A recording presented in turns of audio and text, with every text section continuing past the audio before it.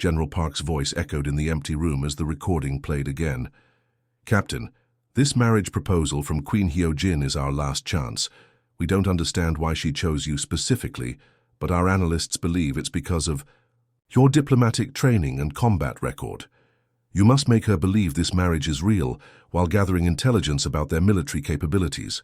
Taemin had always been good at reading people, but aliens were different. The Velkarians had been humanity's enemies for 100 years. Their ships appeared out of nowhere, their weapons could destroy entire planets, and their soldiers seemed to know human battle plans before they were even made. Now suddenly, their queen wanted to marry a human captain she had never met.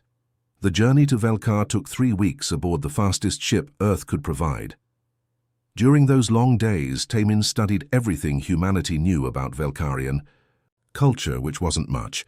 They were taller than humans, with skin that changed colors based on their emotions. They could communicate without speaking, using some kind of mental connection that human scientists barely understood. What worried Taemin most was the telepathy. Earth's intelligence reports mentioned that some Velkarians could read minds, but the details were unclear.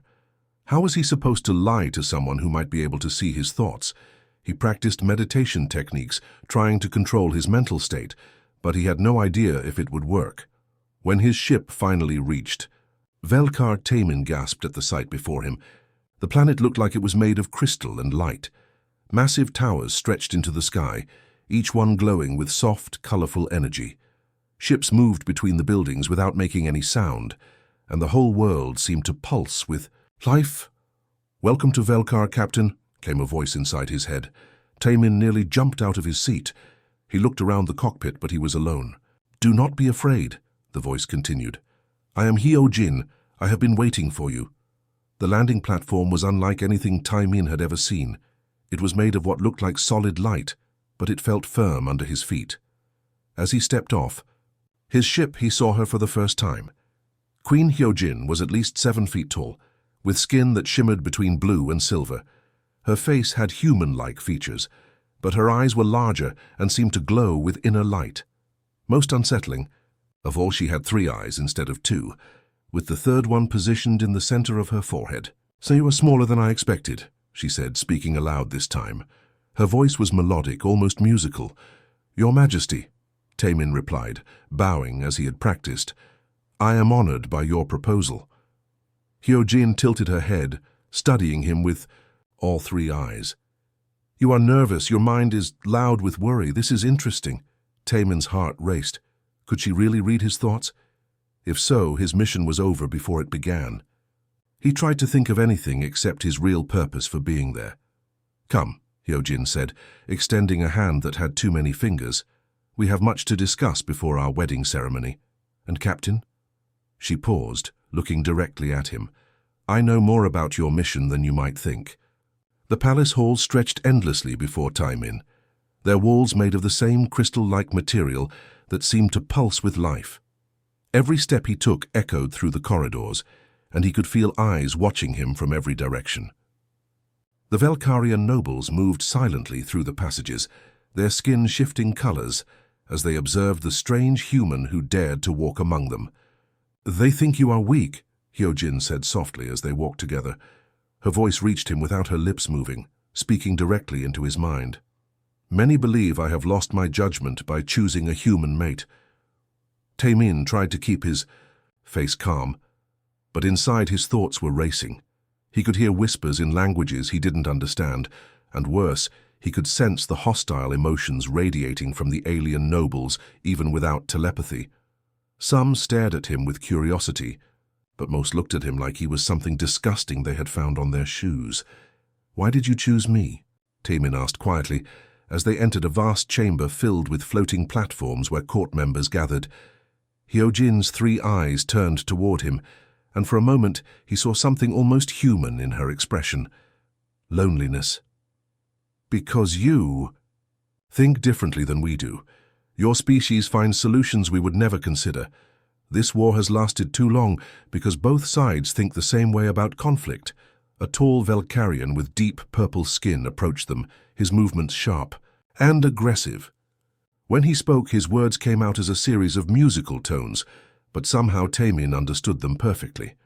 "My queen, the War Council demands to know why you waste time with this creature when we could simply destroy their remaining worlds," the noble said, his skin flickering to angry red patterns. "General Kos," Hyojin replied, her own skin taking on darker hues. "I have explained my reasoning multiple times. This human represents a new path forward." Taemin watched the exchange. With growing understanding, the queen wasn't just fighting a war against humanity. She was fighting a war within her own government. The military leaders wanted total victory, complete destruction of Earth and all human colonies. But Hyojin seemed to want something different over. The following days, Taemin attended court sessions where he understood very little of what was discussed, but he could feel the tension in every room. Groups of nobles would form circles, their skin colors coordinating as they shared thoughts telepathically. Whenever he walked by, conversations would stop abruptly, and he could sense waves of suspicion and disgust. "They call you the mind blind." "One," Hyojin explained during one of their private meetings, "they cannot understand how someone without telepathy could be intelligent or useful." But Taemin was learning to read them in his own way. He noticed that when Velkarians were angry, their skin showed sharp, jagged patterns. When they were scheming, the colors moved in slow, calculated waves. When they were afraid, the light dimmed significantly. "Your people study us too," he said, one evening as they stood on a balcony overlooking the Crystal City. "I've seen the reports they show you about human battle tactics and technology." Hyojin's skin showed surprised yellow streaks. "You are more observant than they give you credit for. Yes, I have been studying your species for years. Your ability to adapt, to survive against impossible odds, to create new solutions under pressure. These traits fascinate me." "Is that why you proposed this marriage, to study us more closely?" She was quiet for a long moment, her skin cycling through colors he was learning to recognize as deep thought. "At first, perhaps. But the more I learned about humans, the more I realized that cooperation might achieve what conquest never could." That night, as Taemin lay in his assigned quarters, he could hear the sounds of heated discussions echoing through the palace walls. The War Council was meeting again, and from the intensity of the telepathic energy, he could feel, even as a non-telepath, they were not happy with their queen's decisions. The next morning brought news that would change everything. General Kos announced that 3 human colonies had been destroyed overnight, despite the ongoing marriage negotiations. Hyojin's skin flashed with colors Taemin had never seen before, rage mixed with something that looked like grief. "This was not authorized," she said through gritted teeth. "Someone is acting without my permission." The ceremony hall was unlike anything Taemin had ever imagined. Massive crystals hung from the ceiling, each one humming with a different musical note that seemed to vibrate through his bones. Hundreds of Velkarian nobles filled the space, their skin colors creating a shifting rainbow of light across the walls. Most of them still looked at him with barely hidden disgust, but today they had to pretend to celebrate. Taemin stood in the center of the hall, wearing ceremonial robes that felt strange against his skin. The fabric seemed to be alive, changing, colors to match his heartbeat. He had no idea what he was supposed to do, and the Velkarian priests hadn't bothered to explain the ritual to him. They probably assumed he was too primitive to understand anyway. "Are you ready?" Hyojin asked as she approached. She looked magnificent and terrifying at the same time. Her skin was glowing brighter than he had ever seen it, and intricate patterns moved across her face like living tattoos. Her 3 eyes were focused entirely on him, and he felt like she could see every secret he had ever kept. "I don't know what I'm supposed to do," Taemin admitted quietly. "Simply be yourself," she replied. Though something in her tone suggested the ritual was more complicated than that.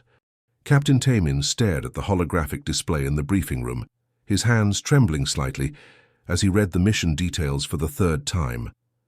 The war had been going on for so long that most people his age had never known peace. Earth's cities lay in ruins, and the human population had dropped to dangerous levels. Every day brought news of another lost battle, another destroyed colony. "This is insane," Taemin whispered to himself, but he knew there was no choice left. The ceremony began with the priests chanting in their musical language. The sound seemed to come from everywhere at once, filling Taimin's head until he could barely think straight. The crystals above them started glowing brighter, and he could feel energy building in the air like the moment before lightning strikes. One of the priests approached carrying what looked like a bowl made of living light. Inside it was a liquid that shifted colors constantly, never staying the same hue for more than a few seconds. "This is the Veldanos," Hyojin explained. "It will allow our minds to touch so that we may truly know each other. In my culture, marriage is not just joining of bodies, but joining of souls." Taimin's blood ran cold. If this ritual involved reading minds, his mission was over. Earth's secrets, his real purpose for being here, everything would be exposed. But he had no choice now. Hundreds of eyes were watching, and refusing would probably mean war continued immediately. Hyojin drank from the bowl first, her skin immediately beginning to pulse with new patterns. Then she handed it to him. The liquid tasted like starlight and electricity, burning his throat as it went down. For a moment nothing happened. Then the world exploded. Visions flooded Taimin's mind like a dam had burst inside his skull. He saw Velkar as it was 1,000 years ago, a peaceful world of artists and philosophers. He felt Hyojin's childhood memories of playing in crystal gardens that sang when the wind blew through them. He experienced her horror when the war began, her desperate attempts to find another solution besides endless fighting, but the visions went both ways. Through his connection to Hyojin, he could feel her experiencing his memories too. She saw Earth before the war, blue skies and green forests, children playing in parks, families gathered around dinner tables. She felt his pain when his home city was destroyed, his determination to protect what remained of humanity. "Stop!" one of the priests shouted. But it was too late. The ritual had taken on a life of its own. Taimin could feel something fundamental changing in his brain. New pathways forming that had never existed before. It was like gaining a sixth sense, but instead of sight or sound, it was direct awareness of Hyojin's thoughts and emotions. Through the connection, he felt her shock as she discovered his true mission. She knew now that he had come to spy on her people, to find weaknesses that Earth could exploit. But strangely, he also felt her understanding. She had suspected something like this all along. More disturbing was what else he sensed through their bond, Hyojin's own secrets, her own deceptions. She had been studying human technology for years, not just out of curiosity, but because she was planning something. The marriage wasn't just about peace, it was about creating something entirely new. The ceremony ended abruptly when several nobles collapsed from the psychic energy radiating from the bonded pair. Taimin found himself on his knees, his head spinning as he tried to process having another consciousness, partly merged with his own. "What have you done to me?" he whispered. Hyojin knelt beside him, her skin showing patterns of concern and something that might have been affection. "I have made us partners in truth, not just in name. The bond cannot be broken, Taimin. Whatever happens now, we face it together." As the implications hit him, Taimin realized his mission had just become infinitely more complicated. He could no longer simply gather intelligence and escape. The alien queen's thoughts were now part of his own mind, and his were part of hers. Betraying her would be like betraying himself. The first few days after the bonding ritual were overwhelming for Taimin. Every time he closed his eyes, memories that weren't his own would flood his mind. He would suddenly taste foods he had never eaten, feel emotions about places he had never been, and experience conversations in languages he didn't speak, but somehow understood perfectly. The most shocking discovery came during his third night on Velkar. As he lay in bed trying to sleep, a memory surfaced that made him sit up in alarm. Through Hyojin's recollections, he witnessed a secret meeting from 2 years ago where she had argued furiously with her military council. "This war serves no purpose except to enrich those who sell weapons and build ships," her memory self had said, her skin flashing angry red patterns. "Humans are not the monsters you claim they are." General Koss had responded with cold calculation. "My queen, the war provides stability. Our people have jobs building warships. Our economy depends on the conflict continuing. Peace would bring chaos. Tamin felt sick as he realized what this meant. The Velkarian military wasn't fighting to win the war. They were fighting to keep it going. But surely Earth's leaders weren't the same way? The next morning he found Hyojin in her private study, surrounded by holographic displays showing data from across the galaxy. She looked up as he entered, and he felt her consciousness brush against his through their bond. "You saw the memory," she said without him having to speak. "How long have you known that your own people are prolonging the war?" Tamin asked. 3 years. I began to suspect when every peace initiative was mysteriously sabotaged. Then I started investigating." She gestured to the displays around them. "What I found disgusted me. Through their connection, she shared what she had learned. Weapons manufacturers on Velkar were making enormous profits selling ships and equipment to the military. Mining companies were getting rich, extracting rare metals needed for the war effort. Politicians were gaining power by keeping the population focused on an external enemy instead of internal problems. But surely Earth isn't the same," Tamin said, though even as he spoke he felt doubt creeping in. Hyojin's expression was sad as she activated another display. "I have been monitoring your planet's communications for years. See for yourself."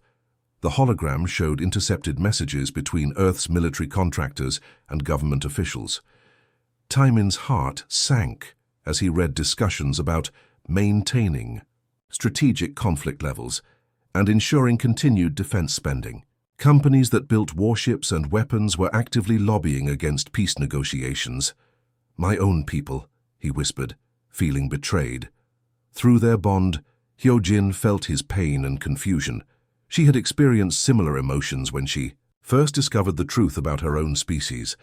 The connection worked both ways, and she was learning to understand human feelings through his perspective. "Your emotions are so intense," she said softly. "Velkarians feel deeply, but humans feel with such passion, such personal investment in abstract concepts like justice and loyalty." Tamin was discovering the same thing about her people. Through her memories, he experienced how Velkarians thought in long-term patterns, considering consequences that might not appear for decades. They felt emotions as colors and temperatures rather than the sharp, immediate sensations humans experienced. "Show me more," he said, settling into a chair beside her. For hours, they shared memories and experiences. Tamin showed her his childhood, on Earth before the war. Summer days playing in parks, family dinners where everyone talked at once, the excitement of discovering new things. Through his eyes, she experienced human curiosity and adaptability, the way humans could find humor even in terrible situations. In return, she shared memories of Velkarian culture before the conflict consumed everything. He experienced their art forms that involved entire communities, creating massive light sculptures together. He felt their deep connection to their crystal cities, which were living organisms that grew and changed based on the inhabitants' needs. But the most disturbing discovery came when they started comparing specific events from the war. Battle after battle, they found evidence that both sides had been manipulated. Attacks that should have been decisive victories mysteriously failed due to intelligence leaks. Peace talks that showed promise were suddenly derailed by convenient terrorist attacks. "Look at this," Hyojin said, displaying 2 sets of military communications side by side. "Your Admiral Cho-won was in contact with my General Kos 3 months before the Titan colony attack." Tamin stared at the evidence in horror. The attack on Titan colony had killed 50,000 humans, including his own sister's family, and it had been orchestrated by leaders from both species working together to prevent peace negotiations that were getting too successful. "They're working together," he said, his voice barely a whisper. "The war profiteers from both sides are collaborating to keep the conflict going." Through their bond, he felt Hyojin's grim satisfaction that he finally understood, but he also felt her determination. She hadn't arranged this marriage just for peace. She had been planning to expose the conspiracy all along. "This is why I needed you," she said. "I cannot fight this alone. My own people would never believe their queen was accusing their military leaders of treason without proof, but with a human partner, someone who has access to Earth's systems, we can gather evidence from both sides," Tamin finished. The magnitude of what they were attempting hit him like a physical blow. They weren't just trying to end a war, they were trying to expose a conspiracy that involved the most powerful people on both worlds. The first assassination attempt came at dawn on their 4th day together. Tae-min woke suddenly to a feeling of pure terror that wasn't his own. Through the psychic bond, he felt Hyo-jin's alarm from across the palace. Someone was trying to poison the water system in her private quarters. Without thinking, he sprinted through the crystal corridors, his bare feet slapping against the smooth floors. Palace guards tried to stop him, but something had changed since the bonding ritual. He could sense their intentions before they moved, dodging their grasps with impossible precision. He burst into Hyo-jin's chambers just as she collapsed, her skin flickering between sickly yellow and grey. A maintenance worker was fleeing through a window, leaving behind equipment that was clearly designed to introduce toxins into the water supply. "The antidote," Hyo-jin gasped, pointing toward a cabinet with shaking hands. "Blue crystal, 3rd shelf." Tae-min grabbed the medicine and helped her drink it, feeling her relief flow through their connection as the poison's effects began to fade. But what disturbed him most was the realization that he had somehow known exactly where to find her and what she needed, even though no one had told him. "Our bond is growing stronger," Hyo-jin said weakly, as if reading his thoughts. "We are becoming more connected than either of us expected." That afternoon, Tae-min received an encrypted message from Earth that made his blood run cold. His handler, Commander Yoon Seo, had declared him a traitor to humanity. The message was brief but devastating. "You have been compromised by alien influence. Your mission is terminated. You are no longer considered a loyal Earth citizen." But worse than being disowned by his own people was what came next. The message contained detailed intelligence about Velkarian security systems that could only have come from someone with access to their most secret facilities. Earth's intelligence network had infiltrated much deeper into Velkar than anyone had realized. "They're planning to assassinate you," Tae-min told Hyo-jin as they met in her private study that evening. "My own people are going to try to kill you." Through their bond, he felt her sadness rather than surprise. "I know. Just as my own military is planning to eliminate you, General Koss believes that removing you will allow them to resume full warfare without my interference." The next few days became a deadly game of survival. Attacks came from every direction, disguised servants with hidden weapons, malfunctioning security systems that tried to trap them in collapsing corridors, even poisoned gifts from supposed allies. But the psychic bond that had initially felt like a prison became their greatest weapon. During one attack in the palace gardens, 3 Velkarian assassins surrounded Tae-min while he was alone. Just as they moved to strike, he felt Hyo-jin's consciousness merge completely with his own. Suddenly he could sense their positions without looking, predict their movements before they made them, and coordinate his defensive actions with superhuman precision. The assassins never had a chance, moving with fluid grace that felt entirely natural despite being impossible for a normal human. Tae-min disarmed all 3 attackers without seriously injuring any of them. When palace guards arrived moments later, they found him standing calmly among 3 unconscious Velkarians, with Hyo-jin running toward them from across the garden. "How did you do that?" she asked, her skin showing patterns of amazement. "Think we did it together," Tae-min replied, still feeling echoes of her thoughts in his mind.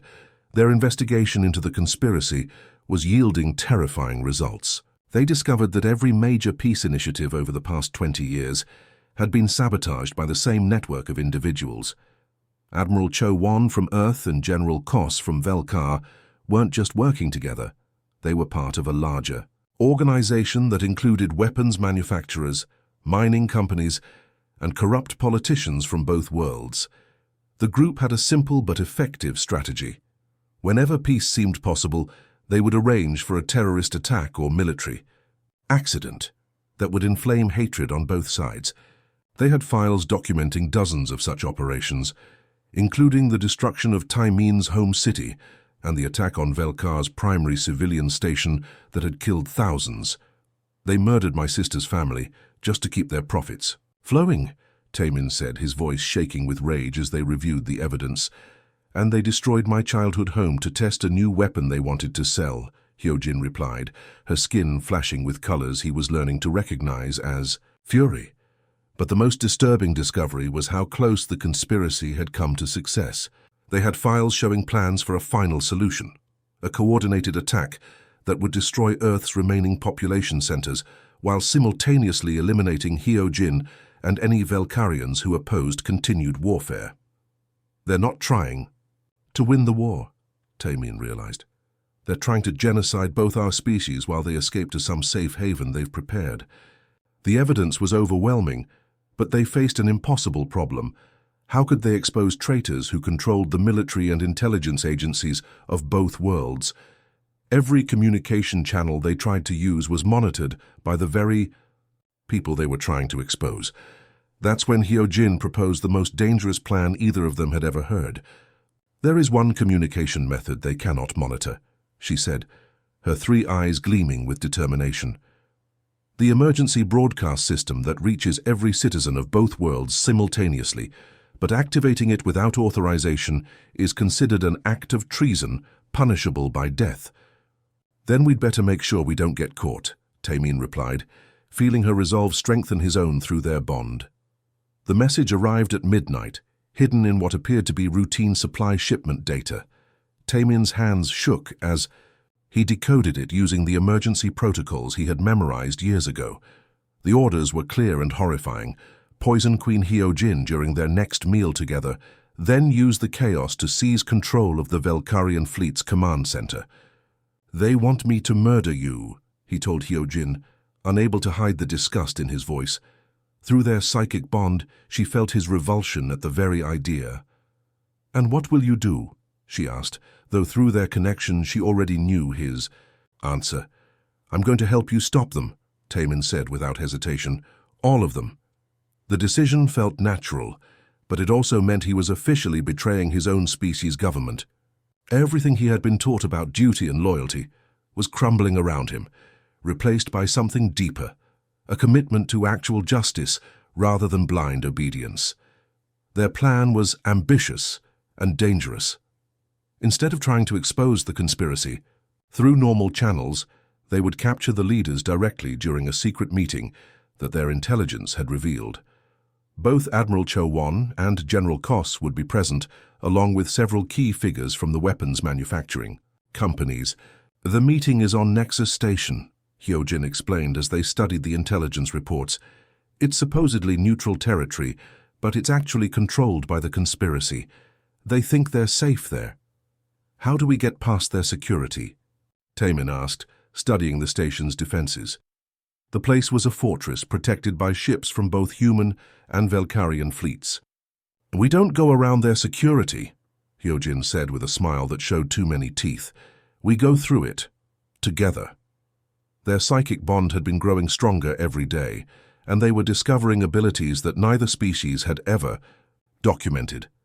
When they focused their minds together, Taemin could temporarily share Hyojin's telepathic abilities, while she could access his human intuition and adaptability. The infiltration of Nexus Station was unlike anything in military history. Moving as one mind in two bodies, they slipped past sensors that should have detected them, anticipated guard movements before they happened, and solved security puzzles that would have taken normal teams hours to crack. But they weren't the only ones with special abilities. As they approached the meeting room, alarms suddenly blared throughout the station. They know we're here, Taemin said, feeling Hyojin's agreement through their bond. Impossible, came Admiral Cho-won's voice over the station's intercom system.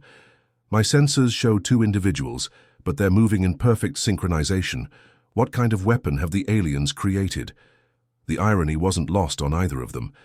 The conspirators assumed their teamwork was some kind of advanced technology, rather than genuine cooperation between species. The battle that followed was intense but brief. Security forces from both human and Velkarian militaries converged on their position, but Taemin and Hyojin fought with coordination that seemed impossible. He would dodge left, just as she provided, cover fire from the right. She would create a distraction at the exact moment he needed to advance. They moved like dancers who had practiced together for years, each anticipating the other's needs perfectly. Surrender now, and your deaths will. Be quick, General Koss announced as he emerged from the meeting room with a squad of elite soldiers. Counteroffer, Taemin replied, stepping forward with Hyo-jin beside him. Surrender now, and we won't broadcast your conspiracy files to every citizen of both worlds.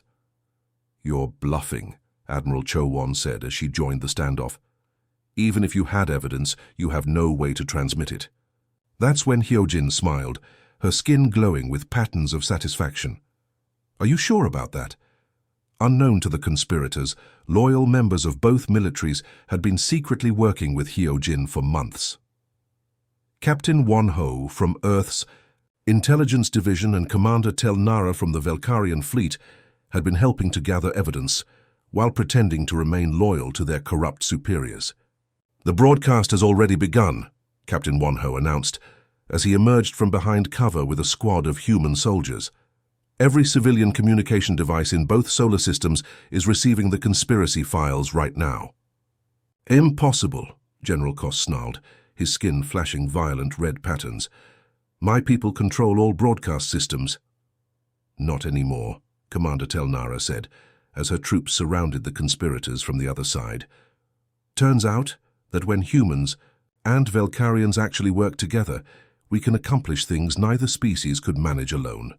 Through their bond, Taemin felt Hyo-jin's amazement at how well their plan had worked.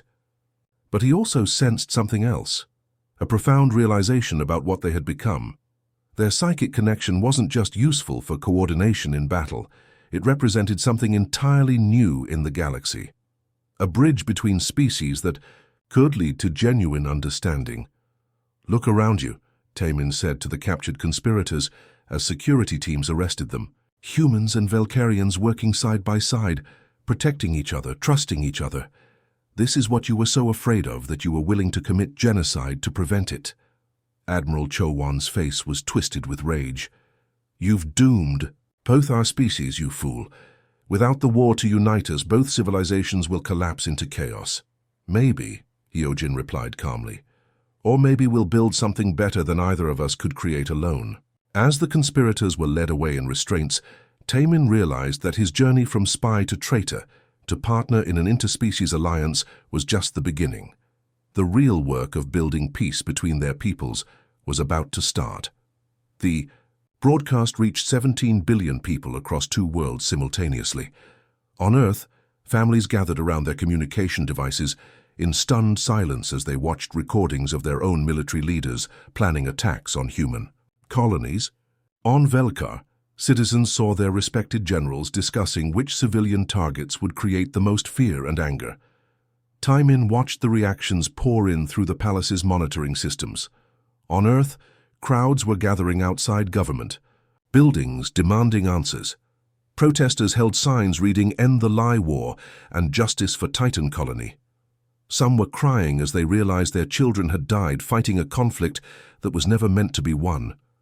Look at this, Hyo-jin said, her skin showing patterns of amazement as she monitored Velkarian communications. My people are organizing peace rallies. They're actually working together with human colonists on the border worlds. The evidence they had broadcast was overwhelming. Financial records showing weapons manufacturers paying politicians to vote against peace treaties. Secret communications where military leaders from both sides coordinated fake terrorist attacks. Video recordings of conspiracy meetings where they discussed population management and optimal conflict duration. But the most damning piece was a recording of General Koss and Admiral Cho-won planning something called Operation Final Harvest, a simultaneous attack on both planets' remaining population centers while the conspirators escaped to a secret colony they had built in neutral space. Within hours, governments on both worlds were in chaos. Earth's President Min Jung appeared on emergency broadcasts, claiming she had no knowledge of the conspiracy. Several high-ranking military officers were arrested, while others simply disappeared. On Velkar, 3 different noble houses declared they should replace Hyo-jin as ruler. They're not going down quietly, Taemin observed, as reports came in, of military units refusing orders and bases going into lockdown. I expected this, Hyo-jin replied, though through their bond he could feel her worry. The conspiracy has been building power for decades. They won't simply surrender because we exposed them. The first sign of real trouble came when the palace's defensive systems detected incoming ships, not just a few vessels, but entire fleets from both human and Velkarian forces. The conspirators who had escaped capture were making one final desperate move. "They're going to try to kill us both and blame it on the other side," Taemin realized as he studied the attack formations. "If they can restart the war with our deaths, they might still salvage their plans." The assault began at sunset. Human. Fighters screamed through Velkar's atmosphere, while Velkarian warships bombarded the palace's outer defenses. But this wasn't a normal military operation. The attacking forces were shooting at each other almost as much as they were targeting the palace. "They're trying to make it look like a battle between our species," Hyojin said, her three eyes tracking multiple displays showing the combat. "When the smoke clears, they'll claim you betrayed humanity while I betrayed Velkar." Through their psychic bond, Taemin felt Hyojin's tactical mind analyzing the situation at superhuman speed. At the same time, she was experiencing his human instinct for improvisation and quick thinking. Together, they came up with a plan that neither species could have conceived alone. "We're not going to hide in the palace," Taemin announced. "We're going out there." "That's suicide," Captain Wonho protested. He had remained at the palace to coordinate their loyal forces. "Not if we do it right," Hyojin said, her skin showing the confident patterns Taemin had learned to recognize. "Watch." What happened next became legendary on both worlds. Instead of cowering behind defensive barriers, Taemin and Hyojin emerged from the palace together, walking calmly into the middle of the battle. Their psychic bond allowed them to coordinate with impossible precision, but more importantly, it let them broadcast their unified thoughts directly to both attacking fleets. Every pilot suddenly heard their voices in perfect stereo, Taemin's human perspective and Hyojin's Velkarian viewpoint speaking in complete harmony. They shared memories of the conspiracy's crimes, showed evidence of how both species had been manipulated, and demonstrated that cooperation was not only possible, but already happening. "Look around you," their combined consciousness spoke to the attacking forces. "You're shooting at people who should be your allies. The real enemy is the one who sent you here to die while they escaped to safety." One by one, ships began pulling out of the attack formation. Human pilots started communicating directly with Velkarian crews, comparing notes about their orders and realizing they had been lied to. Some of the conspiracy's loyalists kept fighting, but they were vastly outnumbered by people who just wanted the truth. The battle ended not with explosions and surrender, but with the largest prisoner exchange in galactic history. Military officers, who had been following illegal orders, laid down their weapons and provided evidence against their commanders. Ship captains opened their communication channels and began working together to track down the conspiracy leaders who were trying to escape. "It's over," Taemin said as he and Hyojin stood together, watching former enemies shake hands and share information. "No," Hyojin replied, her skin showing patterns of determination mixed with hope. "This is just the beginning. Now we have to figure out how to build something better than what came before." The hardest part wasn't ending the war, it was starting the peace. Two species who had been fighting for a century now had to learn how to live together, work together, and trust each other. But as Taemin watched human engineers sharing technology with Velkarian scientists while former soldiers from both sides worked side by side to rebuild damaged cities, he began to believe it might actually be possible. The psychic bond that had started as an alien ritual had become something unprecedented, proof that understanding between different species wasn't just a fantasy, but an achievable reality that could change the galaxy forever. 3 months after the conspiracy's defeat, Taemin stood in what used to be Earth's military command center, watching human and Velkarian engineers work side by side to rebuild the damaged communications array. The sight still amazed him. Beings who had been trying to kill each other just weeks ago were now sharing tools and laughing at each other's jokes, despite the language barriers. "It's strange, isn't it?" Captain Wonho said, joining him at the observation window. "I spent 15 years learning how to fight them, and now my daughter is taking Velkarian language classes. Taemin nodded, though his attention was partly focused on Hyo-jin, who was currently in a meeting with Earth's new provisional government. Through their psychic bond, he could feel her frustration with the slow pace of human bureaucracy as well as her amazement at how thoroughly humans debated every decision. "The bond is permanent, isn't it?" Wonho asked quietly. "You can never really be just human again." "No," Taemin admitted, "but I'm not sure I'd want to be. Through this connection, I understand things about the universe that no single human has ever known." The truth was more complex than he could easily explain. The psychic link with Hyo-jin had changed him fundamentally. He could feel the emotions of other Velkarians now, sense their thoughts and intentions in ways that made traditional diplomacy seem clumsy and primitive. At the same time, Hyo-jin was developing an intuitive understanding of human nature that was helping her connect with people from Earth in ways no alien leader had ever managed. Their first major test had come just 2 weeks after the conspiracy's exposure.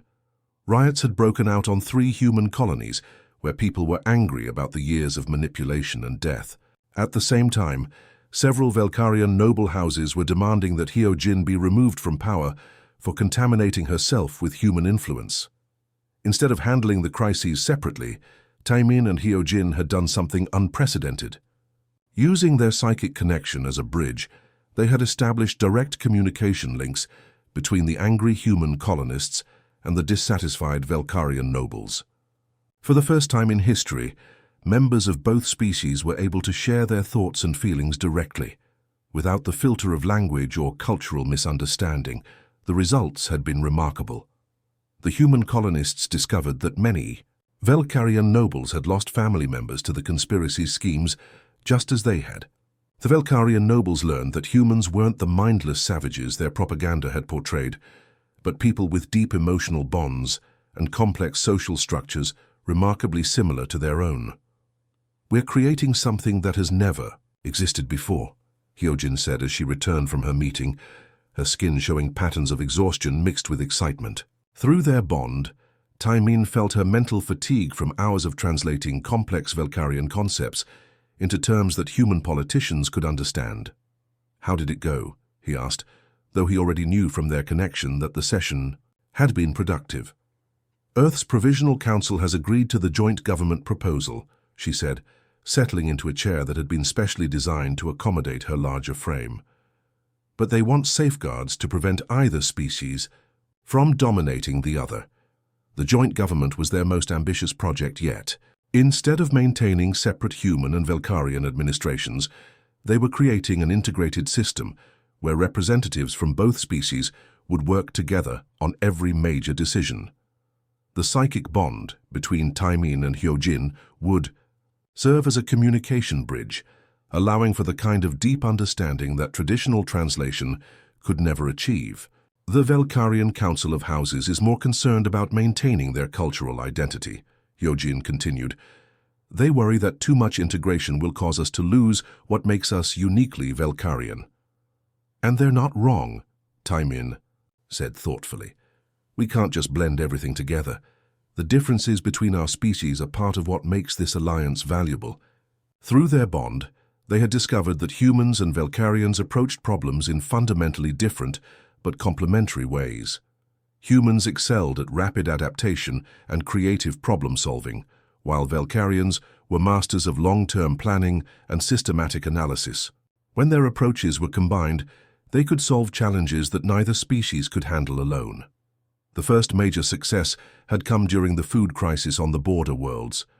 Human colonies were struggling with crop failures caused by climate changes from the war, while Velkarian agricultural worlds had surplus production, but no efficient way to distribute it.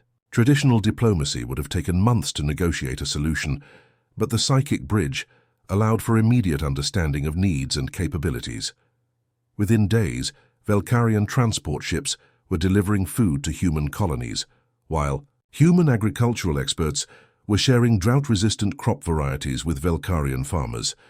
The exchange benefited both species and created the first truly collaborative project between their peoples. "There's something else," Hyo-jin said. Her skin showing patterns that Taemin had learned indicated nervous excitement. Commander Telnara has been analyzing our bond using Velkarian bioscience equipment. She thinks what happened to us might be reproducible. You mean other humans and Velkarians could form similar connections? Not exactly the same, Hyojin explained. Our bond was created by a unique combination of the ancient ritual and our specific psychological compatibility.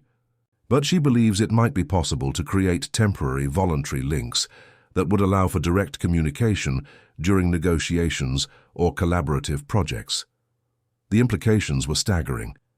If they could teach others to form temporary, psychic bridges, it would revolutionize not just human-Velkarian relations, but potentially contact with other alien species as well. We're not just ending a war, Taemin realized. We're creating a new way for different forms of life to understand each other. And it all started with a fake marriage, Hyojin said. Her skin showing the patterns he had learned meant gentle amusement. Not so fake anymore, Taemin replied, feeling their connection pulse with shared affection and determination to build something unprecedented together. 5 years had passed since the fake marriage that changed the galaxy. Taemin stood on the observation deck of Unity Station, a massive space facility that had been built jointly by human and Velkarian engineers.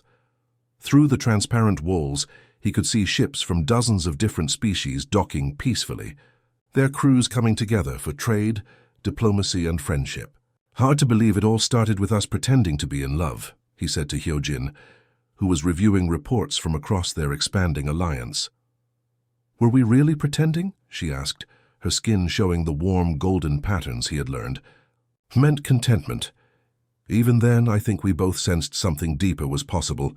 Their psychic bond had evolved over the years, becoming less of a constant mental connection and more of a deep, intuitive understanding. They could still share thoughts when they chose to, but they had also learned to give each other mental privacy when needed. The relationship that had begun as political necessity had grown into something neither of them had expected, genuine love that transcended species barriers. But their personal relationship was just one part of a much larger transformation. The alliance between Earth and Velkar had attracted attention from across the galaxy. Other species, some of whom had been fighting their own endless wars, began reaching out to learn how two such different civilizations had found peace. The first contact had come from the Zephyr Collective, a group of energy-based beings who had been in conflict with their neighbors, the crystalline Nexari, for over 3 centuries. Both species had heard stories about the impossible peace between humans and Velkarians and wanted to know if similar solutions might work for them. That was our first real test, Taemin remembered, thinking back to the months of careful negotiation. 2 species so different from anything we knew that we could barely figure out how to communicate with them. The Zephyrs existed as pure energy, living in solar storms and stellar radiation. The Nexari were silicon-based life forms who grew like living mountains on dead worlds. They had been fighting over territory for so long that neither side could remember what started the conflict. Using their psychic bond as a template, Taemin and Hyojin had developed new techniques for facilitating understanding between radically different forms of life. They couldn't create permanent bonds like their own, but they could serve as translators, not just of language, but of entire ways of thinking.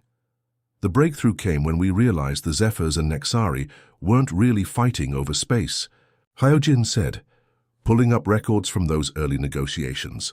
They were fighting over energy sources. The Zephyrs needed stellar radiation, while the Nexari needed the mineral resources from planets.